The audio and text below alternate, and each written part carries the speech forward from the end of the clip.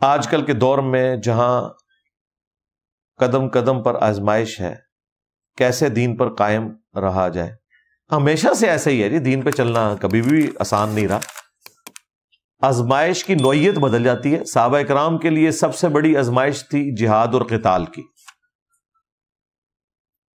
اس level کی تکلیف سے ہمیں نہیں گزرنا پڑا۔ ظاہر ہے کہ بیوی بچوں کو چھوڑ کر چلے جانا، اور پھر ان کی لاشیں بھی واپس نہیں آتی تھی۔ جس جنگ میں شہید ہوتے تھے اسی میدان جنگ میں زمین کھود کے دفنا دیا جاتا تھا۔ اکثر اوقات تو نہ کوئی غسل والا معاملہ ہوتا تھا، نہ کوئی اسپیشل کفن والا معاملہ ہوتا تھا، نہ اسپیشل قبر والا، اجتماعی قبر ہوتی تھی، جنازہ بھی اجتماعی۔ میدان جنگ میں تو اتنا ٹائم نہیں ہوتا۔ لاش بھی واپس نہیں آتی کہ کوئی بچہ یا بیوی اپنے خاوند یا اپنے باپ کی قبر کو دیکھ کے دلی سکون حاصل کر لے۔ کتنی بڑی آزمائش تھی۔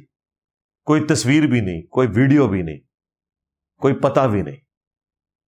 قبریں بھی مزارات نہیں بنتے تھے، زمین کے برابر کر کے اگلی مہم کے لیے روانہ ہو جاتے تھے۔ جو زندہ بچتے تھے پوری پوری زندگی زخموں کی جو تکلیف تھی، اگر بازو کٹ گیا تو اس کے ساتھ ہی ظاہر اس وقت میڈیکل سائنس نے تو اتنی ترقی نہیں کی ہوئی تھی۔ کئی اصحاب ہیں جو آخری عمر میں نابینا ہو گئے تھے۔ اس زمانے میں ظاہر ہے موتیے کے علاج کے کوئی آپریشن نہیں ہوتے تھے۔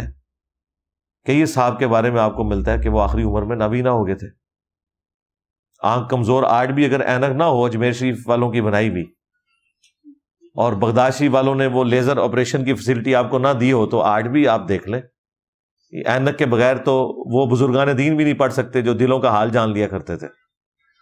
تو یہ تو سائنس کی برکت سے آج اللہ تعالیٰ نے انسان کو ترقی کروائی ہے۔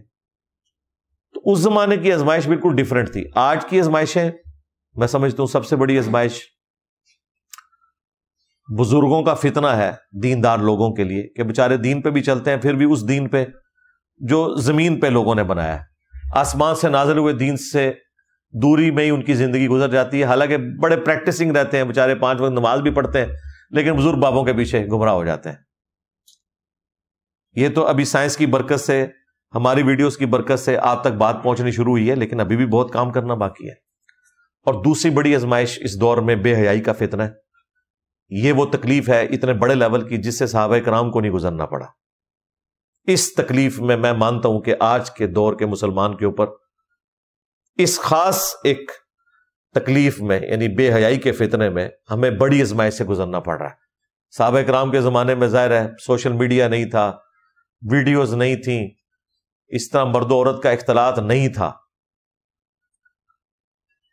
کبھی کبھار کوئی ایسا معاملہ ہوتا ہوگا، ادروائز یہاں تو سڑکوں کے اوپر بھی اتنے بڑے بڑے بینرز بے پردہ عورتوں کے لگے ہوئے ہیں۔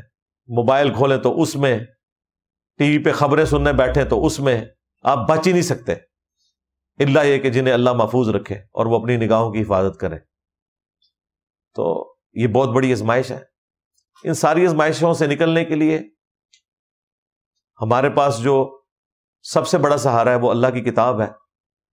اللہ کی کتاب کو بار بار پڑھیں ترجمے سے، اس کا ترجمہ سنیں تاکہ خوف خدا کا غلبہ ہو، اور اس کے بعد اگر کوئی چیز ہے تو وہ نیک لوگوں کی یا نیک صحبت ہے، نیک لوگوں کی صحبت یا نیکی کی صحبت۔ اگر نیک لوگ اویلیبل نہیں تو نیکی کی صحبت اختیار کریں۔ سوشل میڈیا کے ذریعے سے، یوٹیوب کے اوپر اتنا کچھ مواد موجود ہے، ہزاروں سال بھی آپ زندہ رہیں تو آپ وہ نالج حاصل نہیں کر سکتے جو پاکیزہ نالج رکھا ہوا ہے۔ اور اس نالج سے مراد صرف قرآن و سنت کا علم نہیں، اس کے علاوہ بھی جو لیٹسٹ ڈسکوریز ہوئی ہوئی ہیں، جو اللہ تعالیٰ کی مخلوقات کے تعارف کے اوپر ویڈیوز رکھی ہوئی ہیں، فزیکل فینومینا آف نیچر کے اوپر، سائنس کے اوپر، اپنے آپ کو مصروف رکھیں۔ مصروف رکھیں گے تو انشاءاللہ تعالیٰ نیکی پہ چلنا آسان ہوگا۔ خالی ذہن رہیں گے تو برائی اس میں داخل ہو جائے گی۔